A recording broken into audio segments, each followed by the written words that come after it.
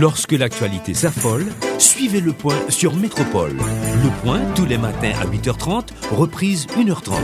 Le Point est une courtoisie de MSC Trading. MSC Trading, c'est plus pour moins. Et le plan épargne BNC, une assurance pour votre famille et vos employés.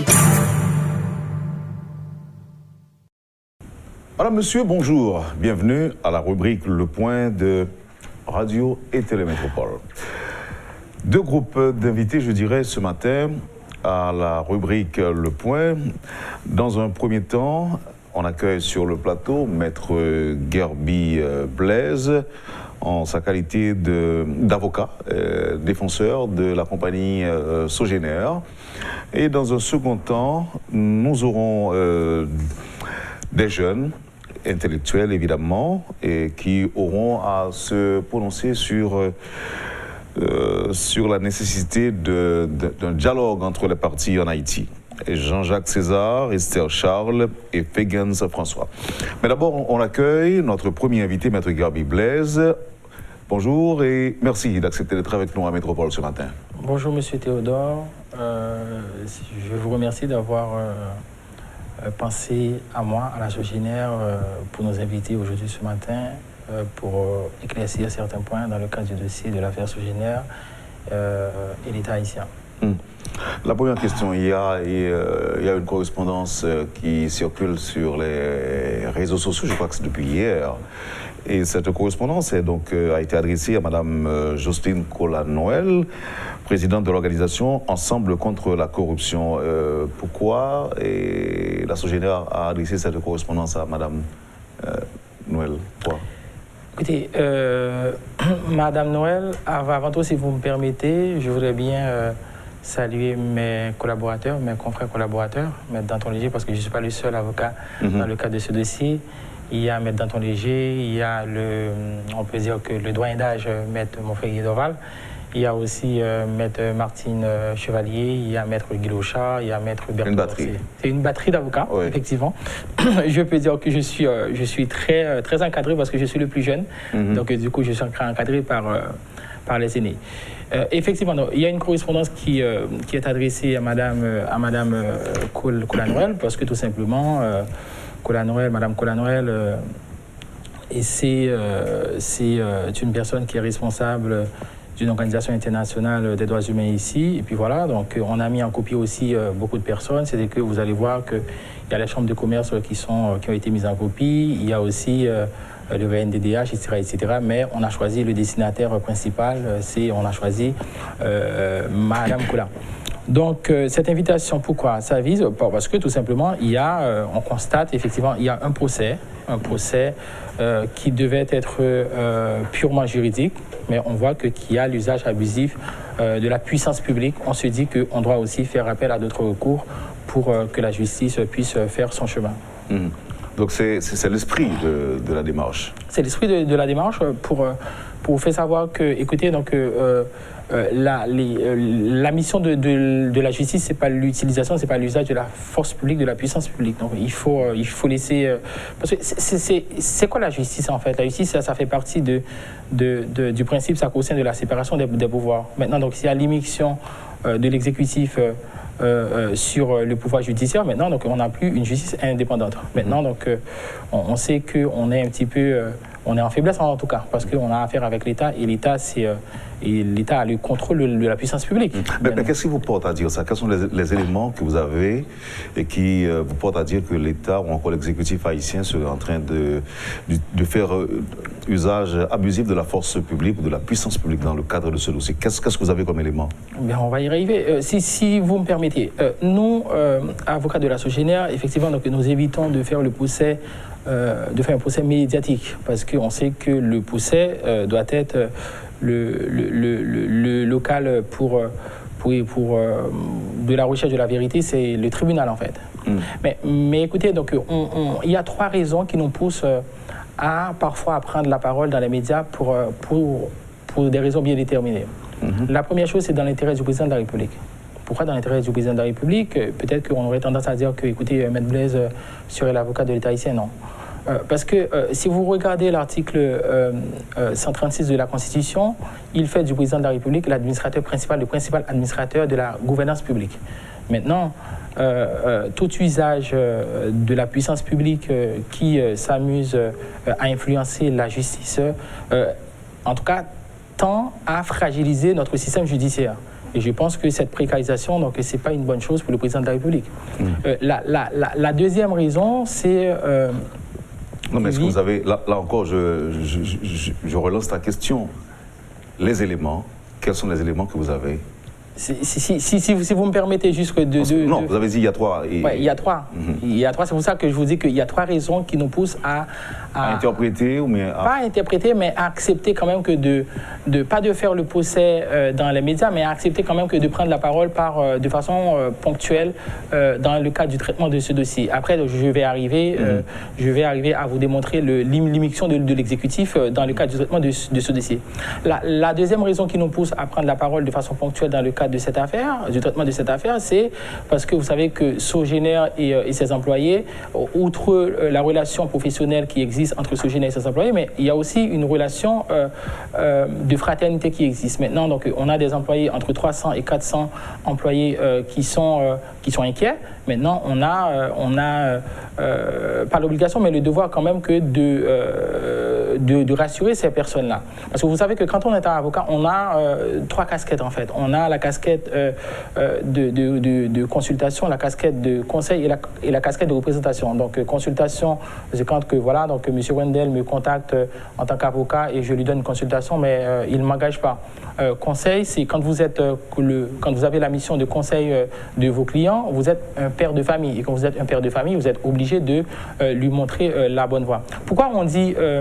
on prétend, en tout cas, on a une certitude, beaucoup de certitudes qu'il y a eu l'immixtion de l'exécutif dans le cadre du traitement de ce dossier, parce que ça saute aux yeux. On a eu une affaire, un procès, le procès sur l'appréciation de la légalité des mandats qui a eu la semaine dernière, et on a vu que l'État haïtien s'est brandi dans la salle d'audience pour faire une demande en récusation en masse parce que l'État haïtien n'était pas parti au procès. Donc c'est l'usage de la puissance publique. L'usage de la puissance publique, pourquoi? C'est parce qu'on a un contrat, le contrat synalagmatique, ça fait remonter quoi? Ça fait remonter l'accord de volonté des 2 parties. Et quand on a l'accord de volonté des 2 parties, il y a une façon de rompre un contrat de façon unilatérale. Et la modalité de résiliation dans le cadre de ce contrat, en cas d'inexécution contractuelle, on a prévu quoi? On a prévu un arbitre comme juge. On prévoit aussi, il y a la clause 23.1, sauf erreur de ma part, qui prévoit aussi une condition à l'amiable qui est l'entente à l'amiable avant de procéder à la résiliation unilatérale du contrat. Et qu'est-ce qu'on a constaté? On a constaté le 23 octobre 2019, le président de la République, bien sûr, c'est à l'initiative du président de la République, parce que c'était un conseil des ministres. Le conseil des ministres est présidé par le président de la République. Le 23 octobre 2019, il y a un conseil des ministres qui a été tenu au Palais national. On a pris une résolution qui a mis fin au contrat qui lie la Sogénère et l'État haïtien. Et alors que il y a des modalités de résiliation, des modalités de rupture de contrat qui sont insérées dans des clauses bien spécifiques dans le contrat, et il y a l'usage de la force publique.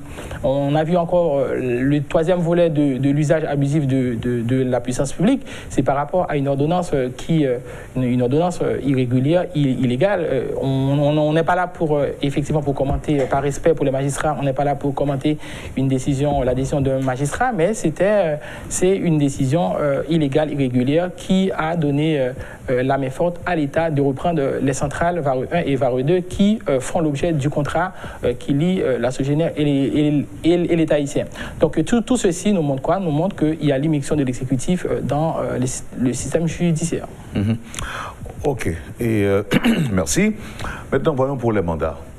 Récemment, vous avez écrit que les mandats sont dans un congélateur. Effectivement. Ceci dit, les mandats ne seraient plus debout. Oui, je m'explique, et juridiquement, si vous me permettez, dans 30 secondes. Vous savez, M. Théodore, il y a un principe élémentaire en matière de procédure pénale, en matière de procès pénal. Le procès pénal se repose sur quoi? Le procès pénal se repose sur un principe sacro-saint, ce qu'on appelle l'indépendance des juridictions. Et l'indépendance des juridictions fait ressortir ce qu'on appelle la séparation des juridictions. Effectivement, on a, dans la séparation des juridictions, on a la juridiction de poursuite et la juridiction d'instruction et la juridiction de jugement. La juridiction de poursuite, effectivement, le législateur offre la possibilité à l'autorité de poursuite, qui est le commissaire du gouvernement, de prendre des mesures coercitives. Il n'y a aucun problème. Mesures coercitives sous forme de privation de liberté, sous forme de restriction de liberté et sous forme de menace à la liberté individuelle. Aucun problème. Mais en dehors de cela, en revanche, le législateur dit aussi, si vous avez la possibilité de prendre des mesures coercitives, vos mesures doivent être soumises à une autorité judiciaire sous forme d'un deuxième regard. Et c'est sous l'angle du deuxième regard nous-mêmes qu'on a sollicité du doyen l'annulation de ces mandats. Et les mandats sont... en fait, ce n'est pas dans notre subjectivité. Les mandats sont illégaux. Pourquoi à 2 minutes, donc je vais vous démontrer comment ces mandats sont entachés d'illégalité. L'article 30 du Code d'instruction criminelle prévoit que effectivement le parquet, c'est-à-dire que le commissaire du gouvernement dispose de droit de prendre des mesures coercitives, c'est-à-dire que mandat d'amener ou peu importe, des mesures coercitives, ça peut être aussi mandat d'amener, ça peut être aussi des mesures d'interdiction de départ, ce qui est la pratique dans le système judiciaire haïtien. On n'en conteste pas. Mais on vous dit que vous êtes autorité de poursuite, vous pouvez décerner des mandats en cas de flagrant délit. Et vous n'êtes pas sans savoir, M. Théodore, que les faits reprochés aux dirigeants de la Sogénère, à d'autres personnes qui ne sont même pas dirigeants de la société Sogénère SA, c'est des faits qui remontent à 2005. Et parce que le contrat entre la Sogénère et l'État haïtien a été conclu en mars 2005. Donc c'est dire que de 2005 à 2019, on a 14 ans. Donc il n'y a pas de flagrance. Il est évident qu'il n'y a pas de flagrance. Et à partir de là, il est évident que le commissaire du gouvernement méconnaît le principe de l'esprit ou l'article 30 du Code d'instruction criminelle. Autre chose sur l'illégalité de ce mandat, de ces fameux mandats, M. Théodore. Il y a l'article 51. Le législateur est clair. À travers l'article 51 du Code d'instruction criminelle, le législateur fait du commissaire du gouvernement une sorte de filtre et une passerelle judiciaire. Pourquoi? Juste pour assurer la transmission d'une plainte avec constitution de partie civile au cabinet d'instruction. Effectivement, donc, on ne le conteste pas. L'État haïtien s'estime lésé. L'État haïtien a constitué partie civile. L'État haïtien a saisi le parquet avec une plainte avec constitution de partie civile. Aucun problème. C'est le droit de l'État haïtien. Maintenant, vous êtes parquetier, vous êtes commissaire du gouvernement. Le législateur fait de vous la passerelle judiciaire pour prendre le dossier et assurer la transmission du dossier au cabinet d'instruction. Le commissaire ne l'a pas fait. Le troisième volet de l'illégalité de ces mandats, M. Théodore, il est clair. Le commissaire du gouvernement, en même temps qu'il a invité les personnes poursuivies, c'est-à-dire que les dirigeants de la Sogénère et d'autres personnes, en même temps, le commissaire du gouvernement a sollicité du gouverneur de la Banque de la République d'Haïti des documents informationnels, si vous voulez, des informations supplémentaires, parce que le commissaire du gouvernement a écrit le gouverneur en disant que je voudrais bien que vous me communiquiez des informations dans le cadre d'une information judiciaire qui est ouverte à l'encontre de la Sogénère. Quand vous dites vous-même, c'est le commissaire du gouvernement qui, lui, a affirmé qu'une information judiciaire est ouverte. Dès lors que vous précisez qu'une information judiciaire est ouverte, on est dans la séparation des juridictions, c'est-à-dire que le dossier est déjà au cabinet d'instruction. Maintenant, vous n'avez plus d'autorité pour apprécier, en tout cas, vous n'êtes plus dans l'opportunité des poursuites pour apprécier l'opportunité des poursuites, pour regarder est-ce qu'il y a des faits qui sont qualifiés vraiment de corruption ou des faits qui sont qualifiés d'infraction. Donc, vous devez rester dans votre rôle, dans votre mission d'autorité de poursuite et laisser le dossier au cabinet d'instruction, parce que ce n'est pas nous qui le disons, c'est le commissaire du gouvernement même qui a précisé dans une correspondance adressée au ministre de l'économie et des finances et aussi au gouverneur de la Banque de la République d'Haïti pour dire qu'il y a une information qui est ouverte. Une information est ouverte, ça veut dire quoi? Ça veut dire qu'il y a la saisine de la juridiction d'instruction. Donc vous n'avez plus d'autorité pour auditionner nos clients. Et la dernière chose, c'est que sur l'illégalité de ces mandats, M. Théodore, si on est en matière de flagrant délit, donc on n'a même pas besoin de procéder à des invitations. À quoi ça sert? Parce qu'on est en flagrant délit. L'article 30 du Code d'instruction criminelle prévoit qu'en matière de flagrant délit, donc vous pouvez décerner des mandats. Vous avez le droit de décerner un mandat d'amener si on est en flagrant délit. Mais si vous-même... Non, ce ne serait même pas nécessaire, non? Ce ne serait même pas nécessaire. Donc, c'est ce que je vous dis. Donc, ce n'est pas nécessaire d'envoyer des invitations parce que si vous avez estimé qu'il y a eu flagrance, à ce moment-là, donc le commissaire du gouvernement aurait dû procéder à envoyer des mandats d'amener au lieu de procéder à 2 invitations préalablement. Et qu'est-ce qui va se passer si, dans le cadre de l'instruction, le juge décide d'émettre ces mandats? Le juge d'instruction. Oui, et effectivement, c'est pour ça. Donc, on n'a aucun problème parce que le dossier, encore le principe, ça concerne de la séparation des pouvoirs, des juridictions, pardon, dans le procès pénal, dans le procès répressif. Le juge d'instruction, oui, il a le droit. Il dispose de droit de décerner des mandats d'amener. Ça peut arriver que le juge d'instruction dit, écoutez, donc je décerne un mandat de comparution pour entendre, pour auditionner, pour interroger X ou Y. Après, c'est au juge d'instruction de dire que, écoutez, je peux procéder si la personne ne comparaît pas, voilà, je décide de procéder à un mandat d'amener parce que c'est une mesure contraignante. Maintenant, alors, Maître Gerbi Blaise, bon, j'allais dire que nous admettons. Alors, disons mieux que je comprends et j'entends aussi d'autres personnes affirmer que les mandats auraient été entachés d'illégalité. Vous n'êtes pas la première personne à l'affirmer sur le plateau. D'autres personnes qui vous ont précédé sur ce plateau l'ont dit aussi. Mais voyons pour le fond, ou encore les accusations retenues contre les responsables de la Sogénère. Par exemple, le dossier de surfacturation. Qu'est-ce que vous avez à dire? D'accord. Si vous me permettez juste de faire une petite parenthèse sur le contrôle judiciaire exercé sur ces mandats d'amener dans 30 secondes. Et le fait de démontrer l'illégalité de ces mandats d'amener, on a contesté ces irrégularités et l'illégalité de ces mandats devant le juge judiciaire. Et vous êtes autorité de poursuite, mais il y a l'autorité de contrôle qui est le doyen. Parce que l'article 26.1 et 26.2, M. Théodore, fait du doyen.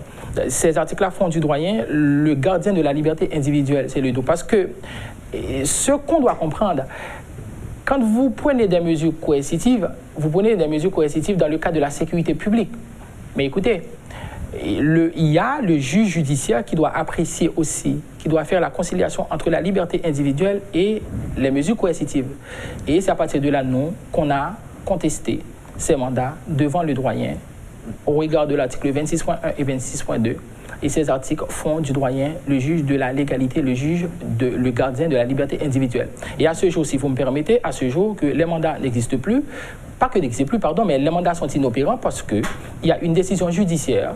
Effectivement, qu'on n'est pas là pour commenter la décision du doyen, mais le doyen, lui, dans son dispositif, il a affirmé surseoir sur l'affaire opposant l'État haïtien opposant la Sogénère et le commissaire du gouvernement. Maintenant que ces mandats sont inopérants, et la police, le directeur central de la police judiciaire et le directeur général de la police nationale, les deux ne peuvent pas exécuter ces mandats parce que ces mandats sont illégaux et ces mandats font l'objet d'une contestation judiciaire. Ok, alors ce que l'on n'arrive pas à comprendre, c'est que les avocats engagés par le gouvernement pour défendre la position de l'État ici dans le cadre de ce dossier, ils ont affirmé le contraire. Ils ont dit que les mandats sont bien debout. Bon, écoutez, M. Théodore, sauf s'ils ont une lecture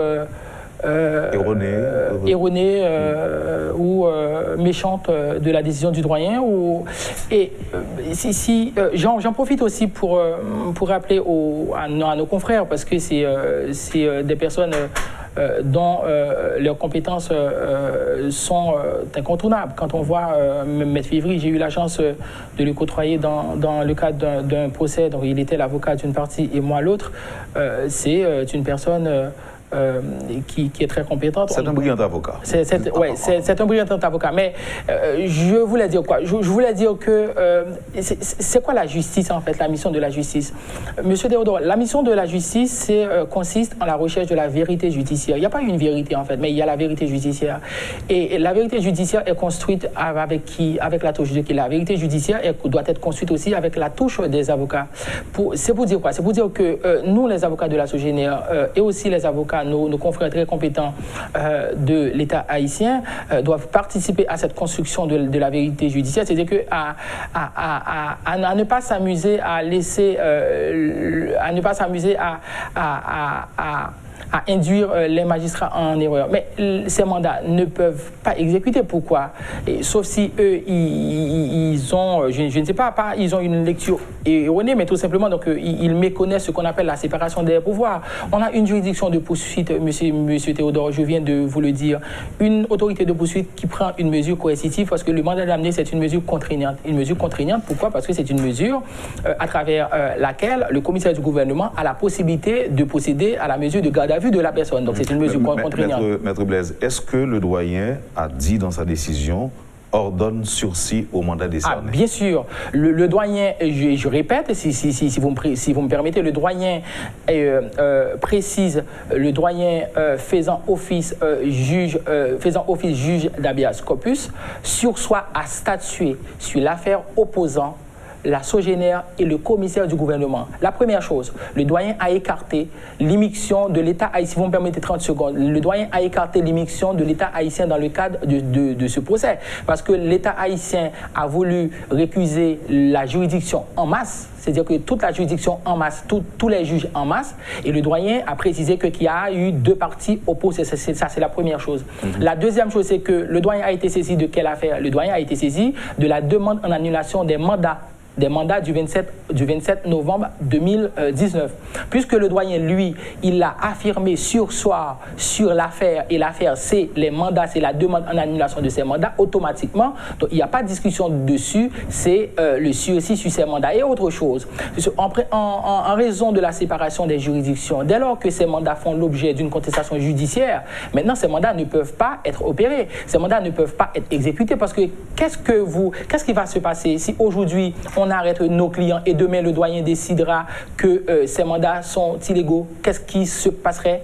Donc on serait dans l'anarchie totale. Donc dès lors qu'une mesure fasse l'objet d'une contestation judiciaire, c'est de l'habeas corpus préventif. C'est le recours préventif, effectivement. Ok. Maintenant, maître, revenons à la question que je vous ai posée tantôt. Vous diriez quoi par rapport aux accusations de surfacturation, par exemple? Souvent, j'ai affirmé que ce sont des infractions inventées et malheureusement par les avocats de l'État haïtien. Et écoutez, monsieur Théodore, quand vous parlez de surfacturation, l'article 5.18 de la loi du 9 mai 2014, cet article est clair. L'article est clair. L'article prévoit qu'il peut avoir de surfacturation seulement à l'initiative d'un fonctionnaire ou d'un agent public. Mais écoutez, les personnes responsables de la SOGENER, de la société SOGENER SA ne sont pas des agents publics. Les dirigeants de la SOGENER ne sont pas des anciens directeurs généraux de l'EDH. Donc, c'est-à-dire que ce n'est pas des fonctionnaires de l'État. Donc, et l'article est clair. Donc, la surfacturation, l'infraction de surfacturation peut être caractérisée seulement à l'initiative de l'État, c'est-à-dire que d'un fonctionnaire. Maintenant, si l'État haïtien prétendrait que les dirigeants de la SOGENER auraient eu la qualité de complice, mais attention, parce que toutes les factures que la société SOGENER avait émis, en tout cas soumis à l'État haïtien, il y avait une possibilité que l'État haïtien puisse contester le montant de ces factures. Alors que dans le contrat, c'est prévu, il est prévu dans le contrat que les factures soumises par la SOGENER à l'État haïtien peuvent être contestées dans un délai de 15 jours. L'État haïtien n'a jamais contesté ces factures. C'est-à-dire que Kinzimo consent, c'est que vous prenez pour vérité les factures soumises à vous par la société SOGENER. exogénaire. Donc maintenant, même sur le plan de complicité, donc l'infraction de surfacturation ne peut pas être caractérisée. Maintenant, si on voit l'autre infraction... Revenons à la réaction du doyen.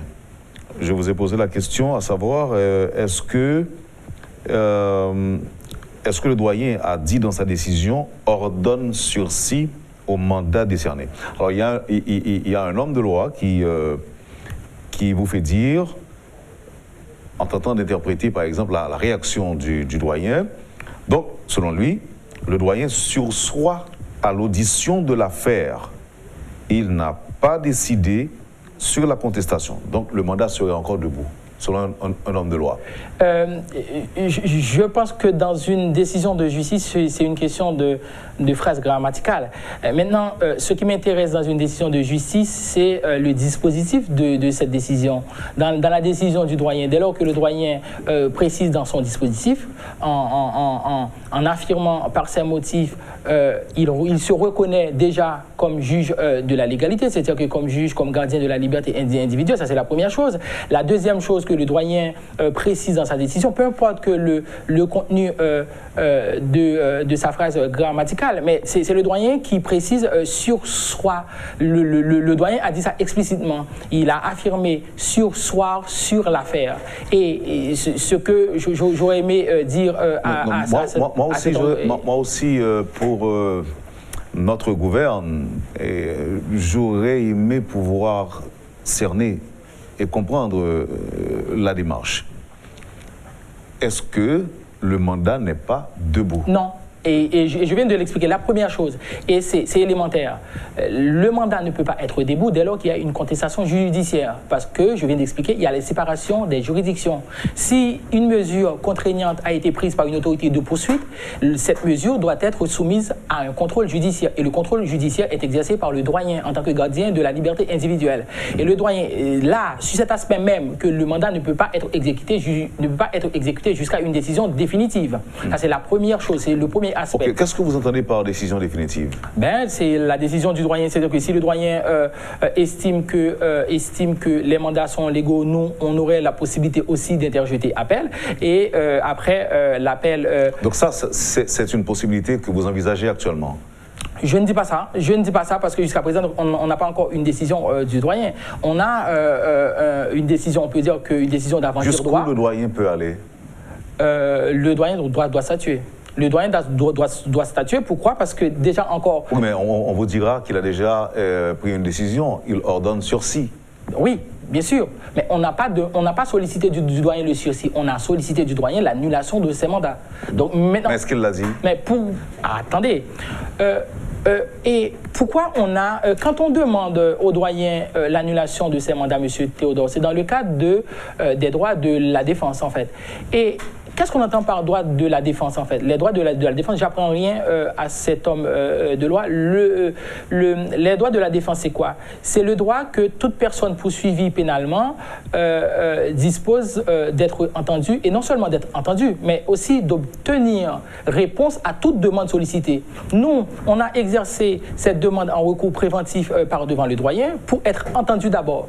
Et la deuxième chose, toujours le deuxième volet dans le cadre des droits de la défense de nos clients, c'est le droit aussi d'obtenir réponse à notre demande. Et la demande consistait en quoi? La demande consistait en l'annulation de ces mandats. Maintenant, nos droits de la défense ne sont pas respectés par le doyen parce que le doyen nous a entendus effectivement parce qu'on a demandé l'annulation de ces mandats sur le fondement de l'article 7.6 de la Convention américaine relative aux droits de l'homme, parce que ces mandats, ce sont des mandats qui constituent une sorte de menace à la liberté, parce que c'est des mesures contraignantes. Maintenant, le doyen nous a entendus, mais le doyen ne nous a pas encore donné réponse à notre demande. Donc là maintenant, vous attendez la réponse du doyen. Et bien sûr, on attend la réponse du doyen, et le doyen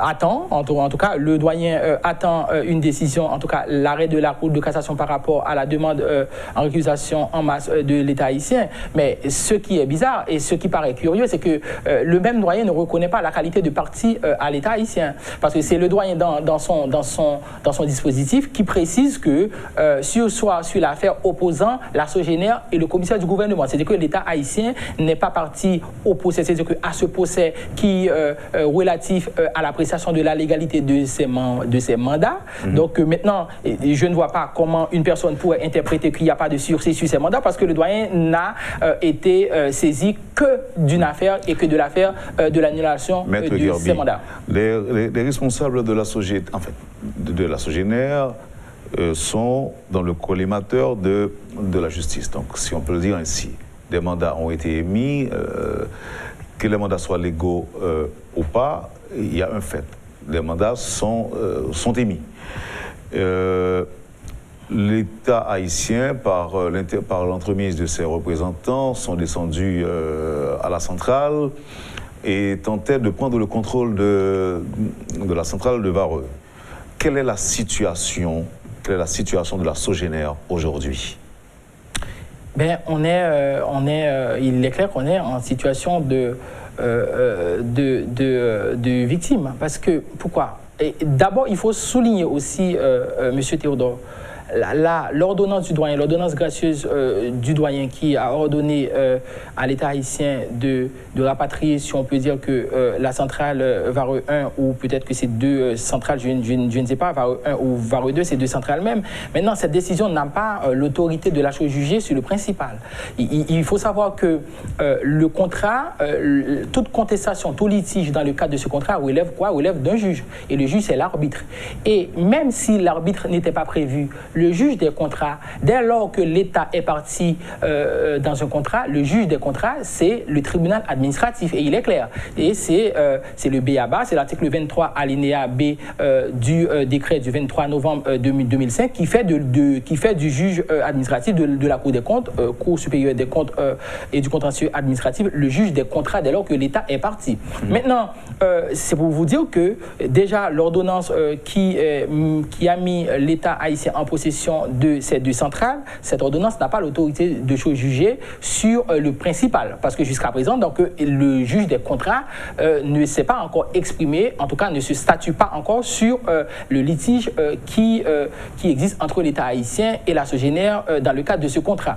La deuxième chose, effectivement, donc, il y a des mandats qui sont décernés, il y a des mandats qui ont été émis, mais ces mandats ne peuvent pas être exécutés sous peine d'engager la responsabilité pénale de la police. Parce qu'il est clair, la première chose, il y a une contestation, peu importe que les gens pourraient interpréter la décision du doyen à leur façon, mais il y a une chose qui est claire, le principe de la séparation des juridictions donc fait que maintenant le mandat qui est contesté ou les mandats qui sont contestés devant le doyen remet quoi? Le fait qu'il y a contestation, ça remet les parties au même niveau, c'est-à-dire que dans les mêmes conditions préalables. C'est-à-dire que c'est comme si ces mandats n'existent pas pour l'instant. Donc ces mandats, c'est pour ça que j'ai écrit un article, dans lequel j'ai précisé que j'ai affirmé que ces mandats sont dans une boîte de conserve. Maintenant, ces mandats ne peuvent pas être exécutés. Oui, mais si on doit être réaliste, cher maître, est-ce qu'effectivement, selon vous, les mandats sont dans une boîte de conserve? Ah oui. Sur le plan, si on doit être réaliste. Sur le plan juridique, oui. Et même si on veut être rationnel, je suis d'accord avec vous.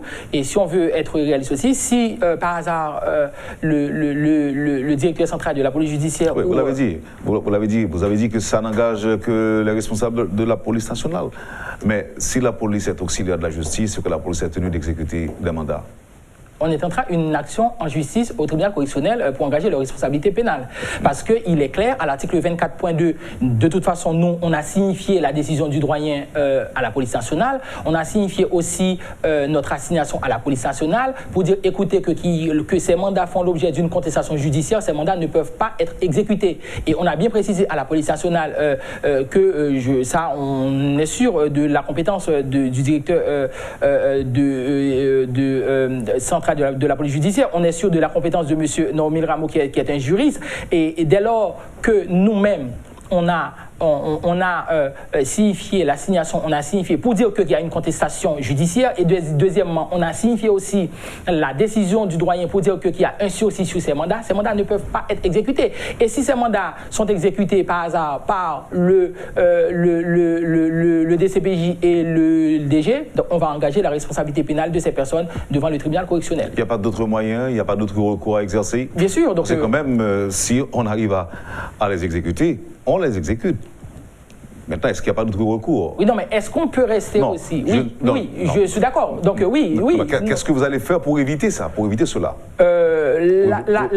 La première chose que je viens de vous le dire, c'est que le doyen n'a pas encore répondu à notre demande dans le cadre des droits, de nos droits de la défense, c'est-à-dire que des droits de la défense de nos clients. Si le doyen n'a pas encore répondu à notre demande, c'est-à-dire que la demande en annulation de ces mandats, ça veut dire qu'on sous-entend qu'on souhaite exercer un recours contre la décision du doyen. Mais je veux attirer votre attention sur une chose, M. Théodore. L'État haïtien qui a à l'initiative de la demande en récusation en masse de toute la juridiction de Port-au-Prince, c'est ce même État-là, c'est l'État haïtien actuellement qui nous a assigné en justice devant cette même juridiction. Le 4 décembre, l'État haïtien a procédé de façon abusive encore, c'est toujours l'usage abusif de la puissance publique, a procédé à faire ce qu'on appelle une opposition de droit civil sur les comptes de la Sogénère et sur les comptes des personnes poursuivies. Et c'est l'État haïtien même encore qui nous a assigné en validité de cette opposition de droit civil devant cette même juridiction que l'État haïtien a contestée. Ça veut dire quoi? Ça veut dire que l'État haïtien renonce à son acte de récusation. Maintenant, le doyen est compétent pour statuer sur la légalité de ces mandats. Une dernière question, maître. Est-ce qu'il y a une référence légale qui dit une action une action contre un mandat émis le rend suspensif sans effet quand il a une action? Ça c'est élémentaire. Si on voit l'article 13 du Code d'instruction criminelle, de l'article 13 du Code d'instruction criminelle donc jusqu'à l'article 77 qui le législateur institue à travers ces articles ce qu'on appelle la séparation des juridictions. Et ça c'est élémentaire pour quelqu'un en procès pénal. Donc c'est élémentaire selon vous? Ça c'est élémentaire. C'est élémentaire parce que on a l'article 13 du Code d'instruction criminelle qui fait du commissaire du gouvernement l'autorité de poursuite. Et maintenant donc il y a à partir de l'article 77 qui fait du cabinet d'instruction de l'autre autorité, c'est une autorité de juridiction. Il y a l'article 26.1 et 26.2 qui fait du doyen le gardien de la liberté individuelle. C'est-à-dire que la seule juridiction, c'est la juridiction compétente en matière de l'appréciation de la légalité. C'est quoi? Parce qu'il ne faut pas confondre. Quand l'article 26.1 prévoit que le doyen doit statuer sur les conclusions du ministère public, ça veut dire quoi? C'est un tribunal qui est constitué. C'est un tribunal qui est constitué. Maintenant, un tribunal est saisi, dans 30 secondes, le tribunal est saisi. Oui, mais un tribunal est constitué de juges, maître. Oui. Et si les juges sont récusés? Non, est-ce qu'ils vont pouvoir prendre des décisions? C'est ce que je viens de vous dire. Puisque le juge qui est le tribunal, qui est le juge du tribunal, le doyen est récusé, lui, il dit je ne peux pas statuer pour l'instant, donc je sursois sur cette demande. Maintenant, le texte légal que demande ce téléspectateur, c'est clair, c'est l'article 26.1 qui fait du doyen un tribunal à part entière. Et la deuxième chose, c'est que c'est l'article 13 du Code d'instruction criminelle et l'article 70 qui institue la séparation des juridictions. Mais maintenant, est-ce que l'action est suspensive? Bien sûr, parce que le doyen ne peut pas. Parce que si le doyen ne peut pas statuer, parce que quand on saisit un tribunal, on demande quoi? On demande une décision judiciaire. On demande c'est quoi? Quand un tribunal est saisi, le tribunal a deux missions. Soit de conclure à la culpabilité, à la déclaration de culpabilité d'une personne, et soit de conclure à l'innocence judiciaire de la personne. Au son l'article même. Ben moi ce Dieu là, moi qu'on est au pas comme Dieu là, moi dit que tribunal là que li saisi à partir de quel article M. Théodore? Il saisi à partir de l'article 26.1 qui dit doyen c'est gardien de la liberté individuelle. Maintenant doyen il a un devoir que pour le statut 26.2 a dit si doyen li saisi il faut le cas dit ou bien mandat illégal ou bien que légal. Maintenant jusqu'à ce jour le doyen ne s'est pas encore exprimé, le doyen ne se statue pas sur la demande d'annulation. Oui, nous doyons obligés de statuer sur demande de l'annulation de ces mandats à envisager d'autres voies de recours.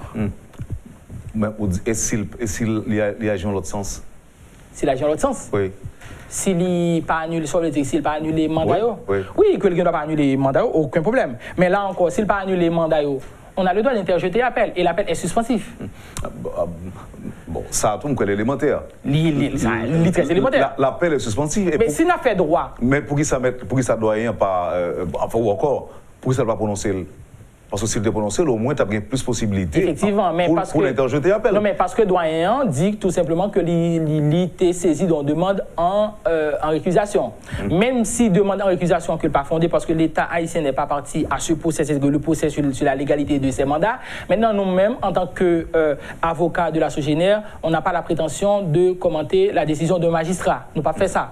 Maintenant, qu'on a nous-mêmes que, bien sûr, en revanche, même si on n'a pas la possibilité, même si on ne veut pas commenter l'expression personnelle de magistrat à travers une décision, mais nous aussi, on a le droit de commenter la portée juridique de cette décision. Et la portée juridique de cette décision, c'est quoi? Le doyen a été saisi d'une seule affaire. Et l'affaire, c'était quoi? C'était la demande en annulation des mandats. Et le doyen précise, affirme, sussoir sur l'affaire opposant la Sogénère et le commissaire du gouvernement. Veut dire quoi? Deuxième chose, il y a deux volets. Contestation judiciaire devant le doyen, c'est-à-dire que le mandat ne peut pas être exécuté. Et la deuxième chose, c'est-à-dire que le doyen sursoit sur cette affaire. Et l'affaire, c'était la demande en annulation de ces mandats, M. Théodore. Merci infiniment, Maître Gerby Blaise. J'étais très content de vous accueillir sur le plateau. Moi aussi, M. Théodore. C'est pour la première fois que vous participez à cette émission. C'est la première fois, effectivement. En tant que... Je peux me permettre de dire en tant que jeune avocat ou... Oui, bien sûr, on n'a aucun problème. Mais en fait, je devais participer à une émission ici, c'était en 2015, pendant les législatives de 2015, parce que j'étais candidat aux législatives de 2015 pour la Croix des Bouquets, mais je n'ai pas eu le temps parce qu'il y avait trop de... Vous étiez trop sollicité, donc voilà. Bon, c'est pas moi, c'est le point. Oui, c'est le point. Merci encore une fois, Maître, et bonne chance. Merci beaucoup. Et si vous nous permettez, nous, les avocats de la Sogénère, on a un message à envoyer au directeur général de la police nationale et aussi au directeur central. Que vous avez déjà fait, non? Que oui, mais que je veux réitérer quand même. Vous voulez faire le rappel? Oui, bien sûr, c'est un rappel. Pensez aux autres invités qui doivent intervenir. Bien sûr, dans 30 secondes. Donc, je rappelle à ces deux directeurs qu'ils engageraient leur responsabilité pénale si, par hasard, ils souhaitent exécuter des mandats qui sont illégaux et qui font l'objet d'une contestation judiciaire. Merci, M. Théodore. Un auditeur qui semblait actionnaire dans Sogénère, il dit qu'il n'y a pas de bâtiment sur le sort des actionnaires de la Sogénère. Vous avez information sur ça? Non, pour l'instant, on n'était que dans le cas de liberté individuelle client, ça plus important. Merci infiniment. Merci beaucoup, monsieur. Voilà, madame, monsieur, pour la première partie de la rubrique Le Point de Métropole, Maître Gerby Blaise, avocat de la Sogénère. Deuxième groupe d'invités dans un instant, Jean-Jacques César, Esther Charles et Fegans François. À tout de suite. Le Point est une courtoisie de MSC Trading et la BNC. Le plan épargne-retraite BNC, une assurance pour votre famille et vos employés. Jean-Jacques César, Esther Charles et Fegans François sont donc les invités et reçus à la deuxième partie de la rubrique Le Point. Esther Charles, bonjour. Bonjour, Wendell. Ça va bien? Ça va, merci. Jean-Jacques César, bonjour. Bonjour, Wendell. Bonjour à Météo Nordland. Bonjour à tout panélisio. Nous disons bonjour à... Fegans. On a les vite Fegans, parce que nous allons aller téléphone. Nous sommes pour vous saluer. Nous disons bonjour à tout le monde. L'espace démocratique. Et nous disons bonjour à toute la population haïtienne. Nous disons bonjour à tous les étudiants qui sont dans l'université d'État, spécialement les étudiants de modèle. OK. Fegans, François. Bonjour, Wendell, et bonjour tous les étudiants en faculté de droit. Et bonjour tout le monde qui suit les choses à Le Point.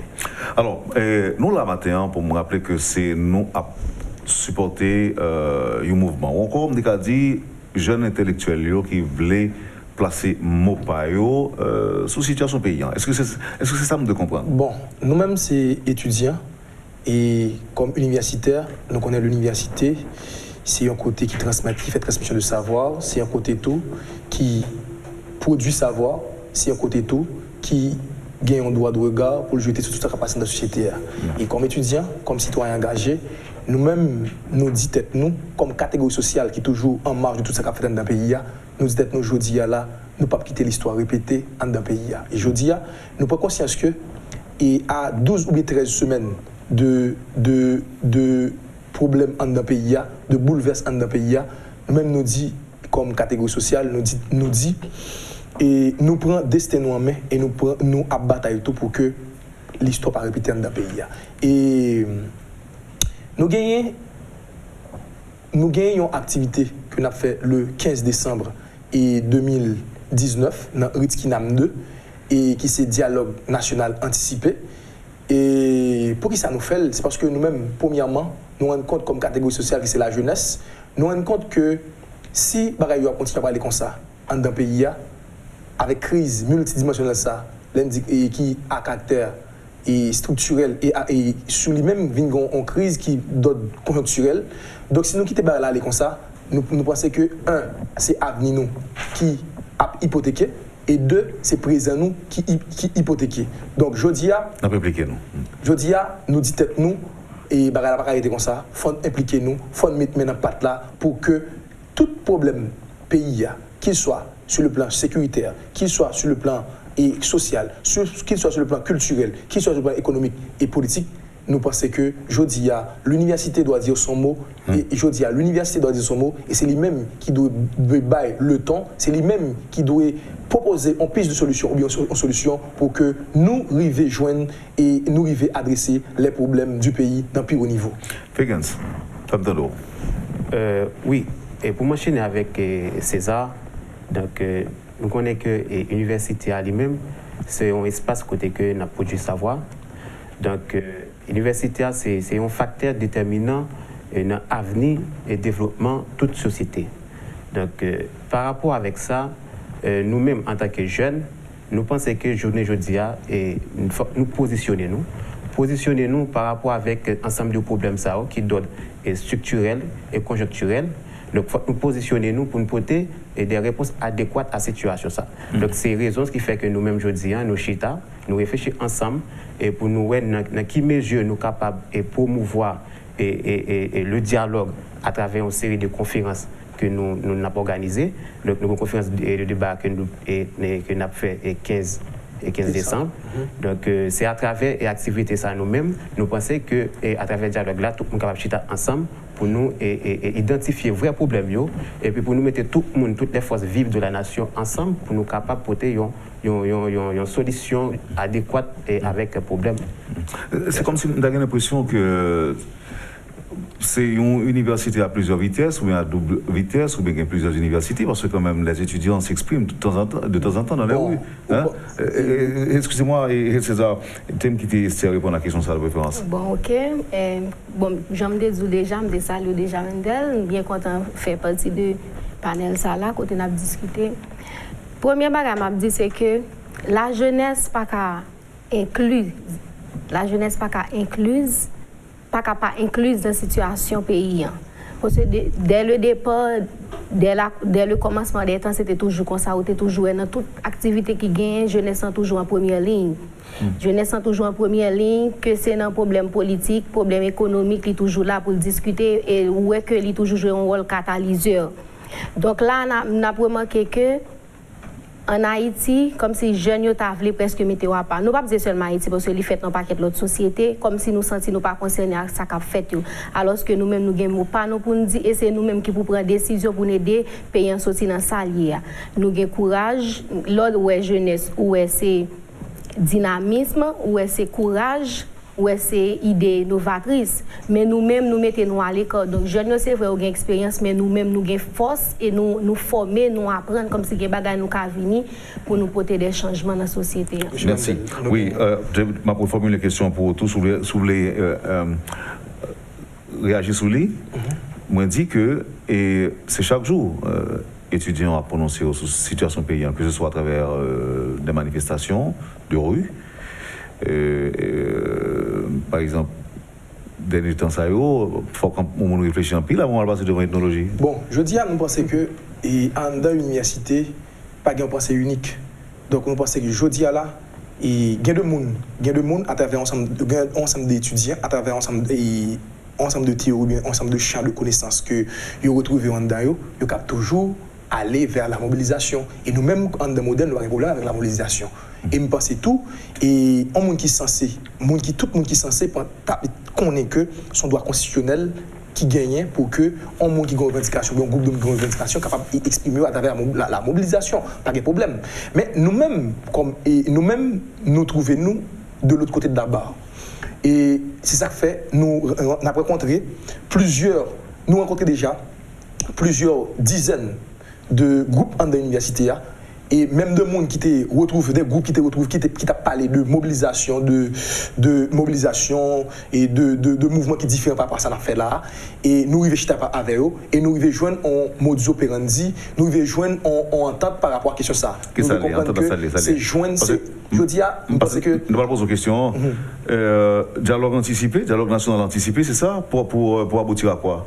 Oui, c'est ça, ma privée. Donc nous-mêmes nous arrivons joindre en modus operandi par rapport à la question, nous arrivons faire comprendre que c'est pas l'âme de la dialectique. C'est pas l'âme de la dialectique des armes qui a primé dans la situation, côté que l'insécurité a monté, côté que nous gagnons un taux d'inflation qui est estimé à 22%, nous gagnons une balance commerciale qui est totalement déséquilibrée, nous avons pas quatre problèmes dans un ensemble de domaines différents qui fait que aujourd'hui, c'est les élites qui doivent prendre responsabilité, qui fait que aujourd'hui, c'est les politiques qui doivent mettre tête ensemble. En fait, c'est l'élite, la crème de la crème dans la société qui doit chita autour d'une table qui fait que pour nous prôner, nous-mêmes nous prôner le dialogue parce que nous croyons que c'est celle solution. On dialogue franc, sincère, démocratique. Entre qui et qui ce dialogue? Et entre toutes les forces vives de la nation. Pour aboutir à quoi? Pour aboutir à un projet que ça fait nous. Ça fait nous. Nous pas on dialogue côté que même Jacques ça t'est fait ça a été fait sous ensemble de gouvernements antérieurs. Nous voulons un dialogue côté que toute catégorie sociale représentée, toute force vive nation représentée pour que au final, il y ait un document, c'est ça que m'a dit, l'université prend responsabilité. Parce que nous croyons que aujourd'hui, il y a un document au final qui doit ramasser toute revendication et toute couche, tout groupe dans le pays pour que au final nous ayons un produit fini qui c'est un document qui a représenté un projet de société de 25 ans, de 25 à 50 ans pour justement mener le pays vers le développement et le développement durable. Alors même c'est pas un dialogue pour au départ ni pour arrêter. Bon, nous pensons que dialogue que nous avons c'est un dialogue tissu social haïtien tellement déchiré. Nous pensons que aujourd'hui, la dialogue que c'est un, il faut nous recourir le tissu social pays et deux, il faut que nous joignions une solution dans le plus haut niveau dans le pays, dans tout domaine pour que l'espace haïtien vienne vivable. Parce que nous croyons que ça gain là, c'est pas produit ou bien résultat de 2 ou 3 l'année, mais ça gain là, c'est cumul de ensemble de décisions qu'elle prend depuis la mort de Dessalines parce que nous croyons que Dessalines mourir, son rêve, il n'y a pas de gain à passer, il n'y a pas de gain à passer à l'autre leader. Esther Charles, en généralement, chaque fois mesdames au devant de la scène, et on dit en général, mais on dit plutôt très souvent, c'est plutôt question de droit mesdames. Il y a demandé pour nous respecter les qualités des femmes, non à la violence sur les femmes et autres. Je dis, on parle plus loin alors dans le temps, M. Sao. Bon, je dis tout. Question mesdames, je intéressée parce que j'en dis que nous sommes femmes. Et nous, situation. Avant tout, nous sommes jeunes. Et il y a un bagage que je dire là, c'est que mesdames, ils ont place tout dans la politique, ils ont place dans toute bagage. Moi, n'importe toute activité qu'a faite dans le pays, comme si mesdames étaient un petit jamais à l'école. Même au niveau de modèle, je dis ça, pas grand pile fille, c'est pas un modèle qui pas ouvert avec et qui pas quitté fille entre, mais c'est que mesdames ils mettent tête à l'école dans la société. Donc ça prouve que ils ont toujours senti que ils fragile. Yon bagay m'a dit que le fait qu'on soit femme, bah veut dire qu'on fragile pour autant. On pas fragile du tout. Ça veut dire fragile pour autant. On dit que relation à deux c'est complémentarité. Je ne vais pas parler d'égalité, je ne vais pas entrer dans le cadre de ça pour me faire entrer dans la parenthèse là. Ou compléter, m'a compléter. Et justement, t'es une époque, mesdames étaient plus dans le cas, c'est monsieur qui a foncé de bas. Quand les mesdames impliquées dans tout le bagage, je ne pas ça en femme veut faire, pas qu'à faire. Donc, les gens droit pour dire ça, sentir ça, penser. Donc, ouais, qui raison comme si pour mesdames maîtriser. Et ça qui pire dans l'histoire, c'est que mesdames ont accepté comme ça. Ils ont accepté les viennent et prendre décision que un peu tard. Si nous parlons de désidérata des jeunes, fais gaffe François. qui sont placés comme priorité? Qui problème ouais, que jeunesse a confronté, qui a mérité immédiatement adressé? Bon, nous-mêmes dans le modèle, par rapport avec deux grands objectifs majeurs que nous gagnons, qui c'est l'intégration de la jeunesse à tous les secteurs, à tous les niveaux de l'État, et puis projeter et faire promotion pour une nouvelle société. Donc, il y a un problème que nous-mêmes, la jeunesse, avons confronté, c'est l'intégration. Donc, je veux dire, nous sommes capables de constater, tout le monde est capable de voir que les jeunes lui-même, non seulement l'école est finie, il fait études universitaires, mais il a toujours du mal pour l'intégrer. Donc, par un stage, par un travail. Ça fait que nous venons un paquet de jeunes qui est livré dans la délinquance juvénile. Donc, et puis, un plus gros problème, c'est parce que les jeunes lui-même pas vraiment jeune encadrement. Il va jeune encadrement, il va jeune au côté et pour le mettre en action et ça que lui apprennent souvent à l'école. Donc tout ça vient faire que les jeunes lui-même viennent sentir les marginaliser. Donc nous-mêmes en d'un modèle, nous avons l'autre gens et nous avons fait promotion pour l'intégration de la jeunesse, donc pour nous capables de porter donc c'est le cas. Et Jean-Jacques César, activité à la fête 15 décembre. Dialogue national anticipé. Qu'est-ce qu'on qui est invité? Politiciens invités? Membres de la société civile invités? Je nous dis la dialogue national anticipé, ça veut dire tout le monde invité. Tout le monde la donne. Toute catégorie sociale, toute couche sociale, tout le monde la donne. Parce que nous croyons que chaque monde, même motocycliste qui est dans la rue, la donne. Qui ça va le faire qu'on a? Monde qui est dans le marché, la donne. Qui ça va le faire qu'on a pour attendre, pour vraiment attendre? Parce que aujourd'hui, ça cap discuter qu'on est là, c'est pas pour nous rien.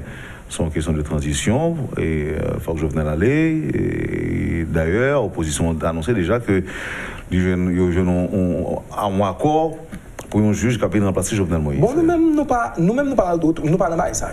Nous-mêmes, qui ça nous reprendre, c'est que nous, je ne dit tout à l'heure, et nous parlons de l'histoire répétée dans le pays, parce que nous-mêmes, comme étudiants, nous-mêmes, nous connaissons faire la part des choses. L'un dit la part des choses, ça veut dire nous connaissons peser le pour et le contre. Ça veut dire que, et il y a le step qui est important dans l'histoire pays, nous analyser, nous peser le pour et le contre. L'un au final, c'est le contre qui primait.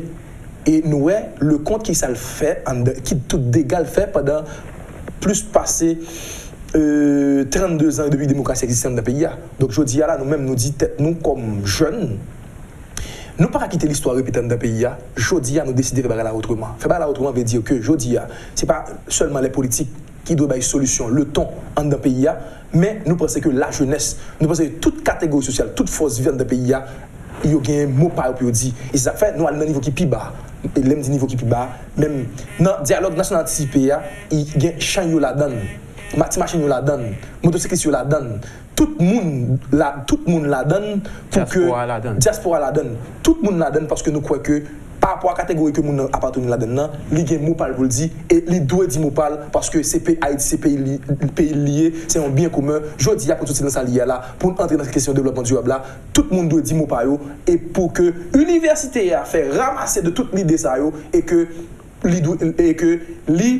à travers pour émettre un document, un produit fini pour qui a projet de société pays pendant 50 ans. Merci César. Pour ajouter avec ça, César dit. On va pas ajouter, mais c'est tout dernier mot, oui? On va ajouter. Nous pensons que la crise actuelle, c'est une opportunité pour la nation haïtienne, en particulier et les élites, que ce soit élites économiques, politiques, intellectuelles. C'est une opportunité pour nous mettre Haïti sur les rails du développement. C'est une opportunité pour nous pour nous élaborer un projet de société pour les 50 années à venir. Donc c'est une opportunité pour nous mettre sous table pour nous résoudre une fois pour toutes les clivages socio-économiques, politiques et social. Il y a une auditrice qui dit nous que étudier ont toujours paraît radical. C'est ça que nous avons toujours échoué dans le mouvement. Esther, vous avez réagi à ça? Bon, je crois que c'est Jean le dit, c'est parce que nous toujours radical qui fait nous échouer. Il y a un problème qui toujours gagne qui fait étudiants comme si yo toujours les dit après réaliser bagarre toujours pas qu'à atteindre objectif. Yo pense c'est un problème d'organisation. Yo pas organisé tant que là nous fait partie de modèle, nous sommes association, ça veut dire nous avons plusieurs universités qui ont plusieurs facultés dans modèle. Donc nous avons toujours une position par nous. Étudiants, nous avons des technologies qui ont une position par nous, nous avons une position par nous. Mais ce qui est important, c'est participer positivement pour intérêt de la population. Ce n'est pas que ça a dit, on décide de camper dans tel camp, ça a campé dans tel camp. Donc ça ne va pas changer rien. Ce qui est important, c'est étudiants, chaque mot par nous pour nous dire, même si nous avons des opinions diverses. Et puis nous mettons tête ensemble, nous dire, mais quel est l'élément de solution? D'ailleurs, c'est un réseau qui fait un modèle, où est que le mieux que nous organisions une conférence pour nous parler de dialogue. Nous avons évité toute couche sociale. Étudiants ont parlé pour le dire. Donc, c'est opinion, chaque débat qui parle dire, mais au moins, nous allons peser le pour et le contre pour comment le dialogue national est possible. Esther Charles, Fégens François, Jean-Jacques César. Non, merci César, merci infiniment. Et allez, bonne chance et passons un bon week-end. Merci. Vous avez suivi, madame, monsieur, la rubrique Le Point de Métropole. Merci de nous avoir accueillis chez vous. Passez une excellente journée et surtout un bon week-end avec Métropole. Et à lundi. Je vous volant. Lorsque l'actualité s'affole, suivez Le Point sur Métropole. Le Point, tous les matins à 8h30, reprise 1h30. Le Point est une courtoisie de MSC Trading. MSC Trading, c'est plus pour moins. Et le plan épargne BNC, une assurance pour votre famille et vos employés.